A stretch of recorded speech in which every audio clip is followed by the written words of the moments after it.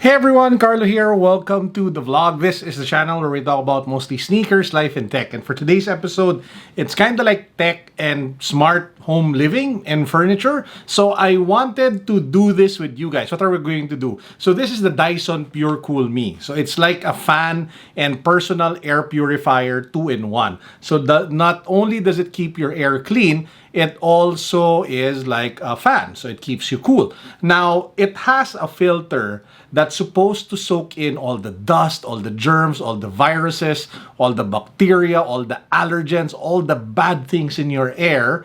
Like pet dander for me, I have allergic rhinitis. That's why we have multiple Dyson Pure Cool Me's in the house and air purifiers. And I'm about to change the filter. So it's due. It actually showed here on the LED screen that I needed to change it. So I bought one. This is the filter that we're going to use. So it's still white, it's still clean. And I wanted to take the top off and check out the dirty filter with you guys. So if you are curious as to what a really bad looking filter looks like, after several, months of use, this is it. Let's go.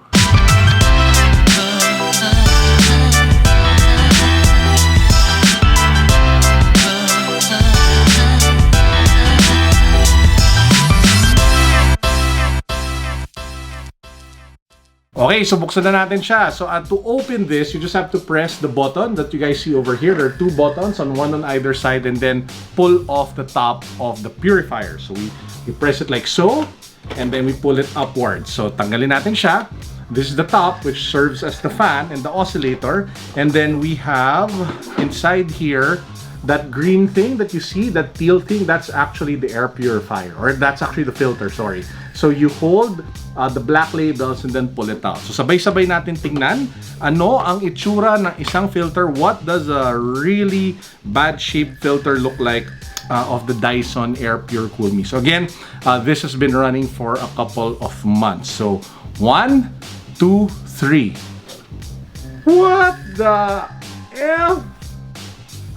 Jesus Christ!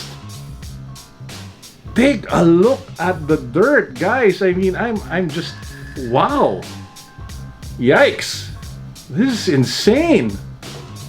So all of this dust, it's actually now moving around the air. I think my rhinitis will be triggered, but this is how much dirt and how much, like bacteria and viruses and allergens and pet dander the filter was able to soak up. Man, this is insane. Now, to give you guys context, this is the dirty one. This is the clean one. So, it works.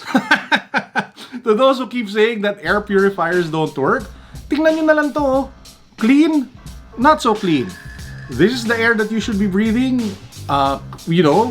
pure.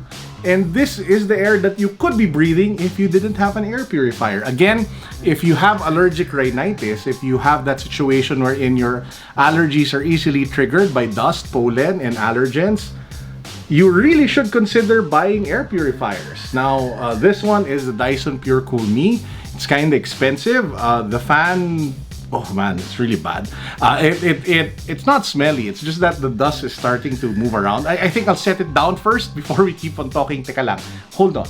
Okay, so like what I was saying, nabalik na natin, the problem with air purifiers like the Air Dyson Pure Cool Me is that they're a bit pricey. So this one sells for 23,000 pesos. But on 11/11 on Lazada, I'm sure they will have it on sale. In fact, I will link down below just in case you guys want to buy one. So I'm assuming they'll probably sell it for around 17,000 to 19,000 pesos off, which is still, kind of expensive and pricey. But if you are a fan of Dyson, if you are a fan of the concept of personal air purifier and fan that looks pretty dope, then you might want to check it out. Comes in different colors too. So again, the link to this one can be found down below. Now, if you can't afford one of these things, you might want to check out other brands as long as they are air purifiers and they have filters. You can take a look at the Xiaomi air purifiers. You can take a look at the Momax air purifier and fan. That one is like 15,000 pesos, much more affordable compared to Dyson. This is what the Momax air purifier fan looks like. So it's actually also bladeless, but it takes up a little bit more space compared to the Dyson. But it has the same features. It can soak up all the dirt. There is a filter inside here. It even has like some sort of UV light inside to properly clean everything, and it actually emits air as well. So it is a fan.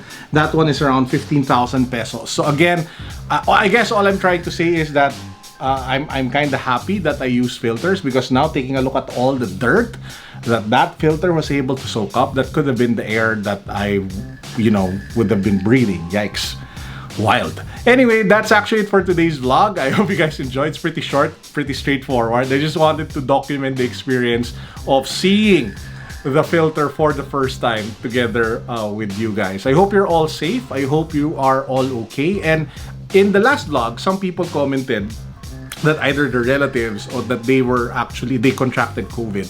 So if you're watching today, I just want you to know that I'm praying for you, that I'm rooting for you, that I hope that you guys will recover fast and complete and full, and that you will bounce back from this ordeal.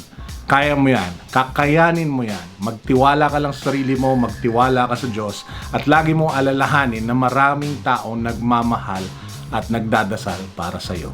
And with that said, this is Carlo signing out. Peace, God bless, what's up, boom.